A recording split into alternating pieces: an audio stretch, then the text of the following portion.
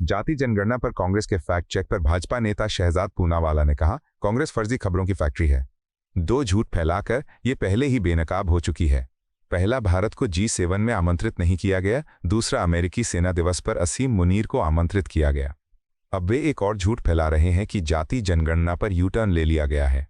उन्हें पता होना चाहिए कि PIB ने 15 जून की अपनी रिलीज में स्पष्ट रूप से उल्लेख किया है कि जाति जनगणना की जाएगी। अब जब कर्नाटक में कांग्रेस के जाति सर्वेक्षण पर से पर्दा उठ गया है, तो वहां की सरकार 10 साल पहले 165 करोड़ रुपए की लागत से किए गए पिछले सर्वेक्षण की रिपोर्ट देने के बजाय दोबारा सर्वेक्षण करा रही है। कांग्रेस पार्टी एक सीरियल लायर है। कांग्रेस पार्टी फेक न्यूज की फैक्ट्री है। कांग्रेस पार्टी झूठों की जननी है। अभी 2 झूठ बोले हैं कांग्रेस ने, जिसपे उनका पर्दाफाश हुआ है। G7 का झूठ और असीम मुनीर US जा रहे हैं, जयराम रमेश ने 20 बार ट्वीट किया, उसका झूठ। वो दोनों झूठ जब पकड़े गए तो कांग्रेस पार्टी का चरित्र ये है कि एक और नया झूठ फैलाओ मार्केट में। और अब कांग्रेस कह रही है कि कास्ट सेंसस का कहीं जिक्र नहीं है।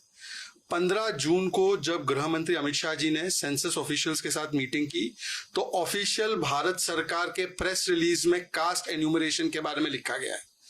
4 जून के प्रेस रिलीज में लिखा गया है।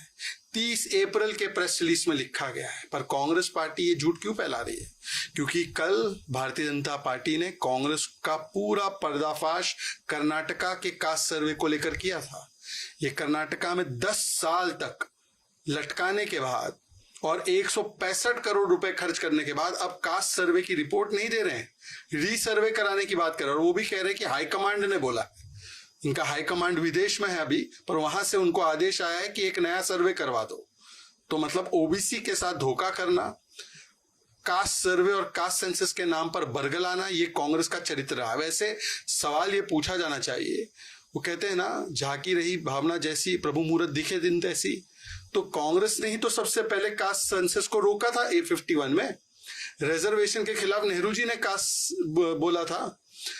80s और 90s में इंदिरा जी ने मंडल कमीशन रिपोर्ट का विरोध किया था। राजीव जी ने तो आरक्षण लेने वाले लोगों को बुद्धू बोला था। 2004 से 14 के बीच OBC SC/ST आरक्षण काटकर धर्म के आधार पर देने की पेशकश कांग्रेस ने की, जो कर्नाटक और तेलंगाना में आज भी करती है। तो कांग्रेस से ज्यादा OBC विरोधी, आरक्षण विरोधी कोई पार्टी नहीं है, इसीलिए वो झूठ फैलाती है। दिल्ली की CM रेखा गुप्ता ने शहर भर में 33 आयुष्मान आरोग्य मंदिरों का उद्घाटन करने के बाद कहा, दिल्ली की पिछली सरकार लोगों को मुफ्त स्वास्थ्य ढांचा नहीं दे पाई, वे मुफ्त जांच या टीकाकरण नहीं दे पाए। हमारी सरकार ने तुरंत काम शुरू किया और सिर्फ 100 दिनों में आज 33 आरोग्य मंदिरों का उद्घाटन किया गया है। एक नया युग, एक नया समय, एक माइलस्टोन दिल्ली के लिए आज का ये आरोग्य मंदिरों का उद्घाटन, जन औषधि केंद्रों का उद्घाटन साबित होने वाला है। वो योजना जो दिल्ली के लिए दी गई थी, दिल्ली की जनता को जिसका लाभ मिलना चाहिए था, 2400 करोड़ रुपए केंद्र ने दिल्ली सरकार को दिए 5 साल पहले और कहा कि आप दिल्ली के लोगों को बेटर हेल्थ इंफ्रास्ट्रक्चर दीजिए, जगह जगह पे ये आरोग्य मंदिर खोलिए और दिल्ली की जनता को free testing, free prevention, free vaccination दी जाए। परंतु पिछली सरकारों ने कभी भी इस दिशा में काम नहीं किया। आज जब आखिरी साल उस फंड के लिए चल रहा है, जो फंड मार्च में लैप्स हो जाएगा, हमारी सरकार को आते ही बिल्कुल युद्ध स्तर पे इस कार्य को शुरू करना पड़ा और मात्र 100 दिन के छोटे से स्पैन में हमने बहुत सारे आरोग्य मंदिरों की तैयारी करी और आज 33 आरोग्य मंदिर और 17 जन औषधि केंद्रों का दिल्ली में उद्घाटन किया गया है। हर विधानसभा में इन आरोग्य मंदिर, कम से कम एक विधानसभा में 15-15 आरोग्य मंदिर खोलने की योजना बनाई गई है।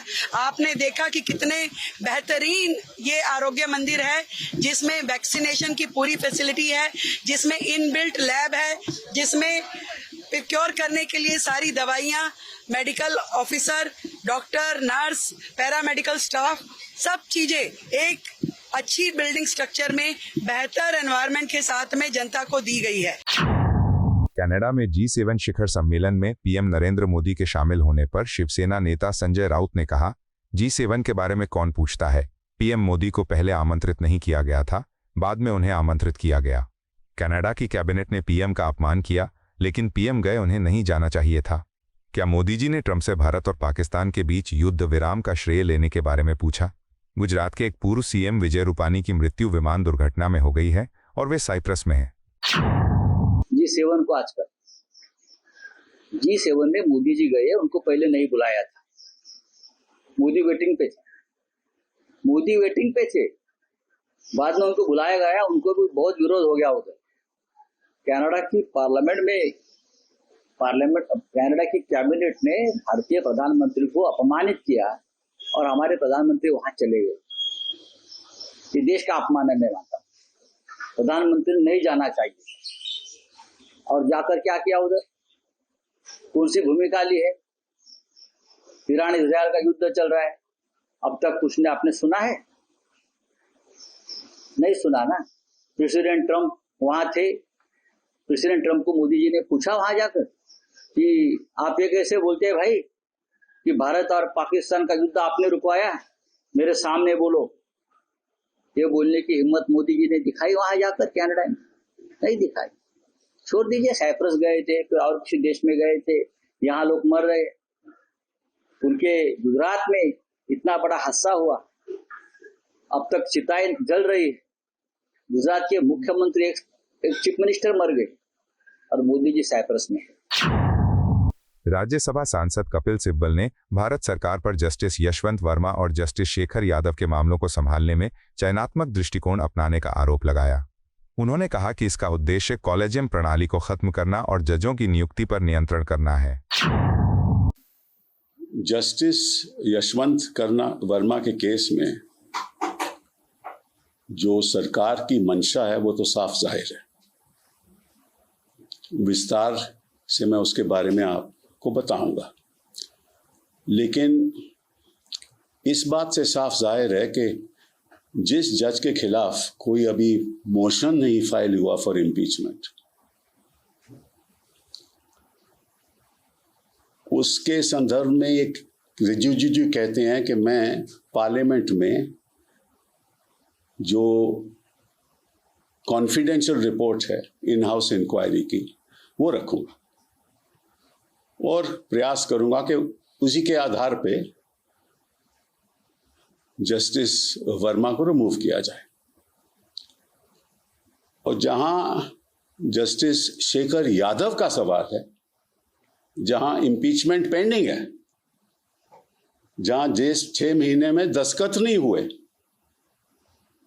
जहां जो उन्होंने कहा था वो इतना कम्युनल था कि सबको मालूम है, उसके बारे में रिजिजू जी कुछ नहीं कहते।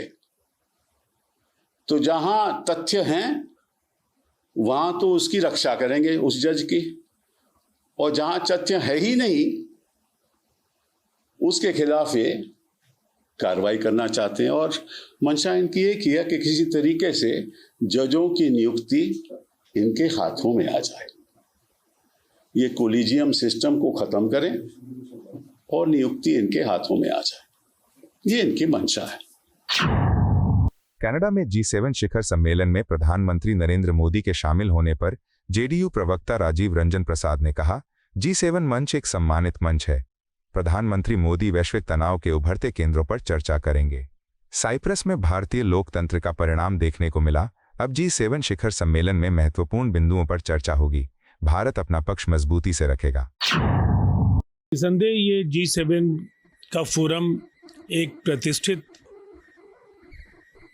मंच है और यहाँ साइप्रस की सफल यात्रा के बाद प्रधानमंत्री नरेंद्र मोदी जी जो वैश्विक तनाव के अनेक केंद्र उभर रहे हैं उन पर चर्चा करेंगे।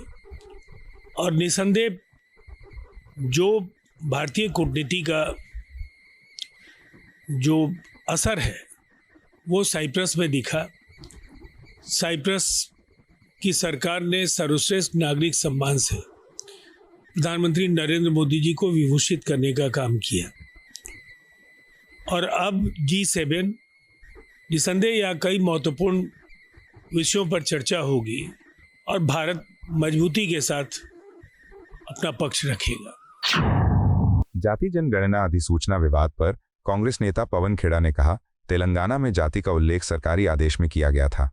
जब हमने उनकी विज्ञप्ति में जाति शब्द के गायब होने के बारे में पूछा तो इसका कारण ये था कि वे इसके खिलाफ थे। अब वे खड़गे जी, राहुल जी के दबाव में ऐसा कर रहे हैं, उनसे सवाल पूछना महत्वपूर्ण है।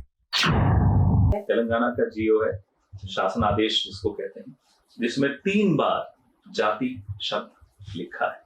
सामाजिक सर्वेक्षण अलग अलग जातियों का, आर्थिक सर्वेक्षण अलग अलग जातियों का, ये बड़ा स्पष्ट है।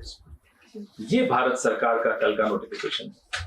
सरकारें प्रेस रिलीज से नहीं चलती, सरकारें शासन आदेश से चलती। ये सरकार को नहीं मालूम।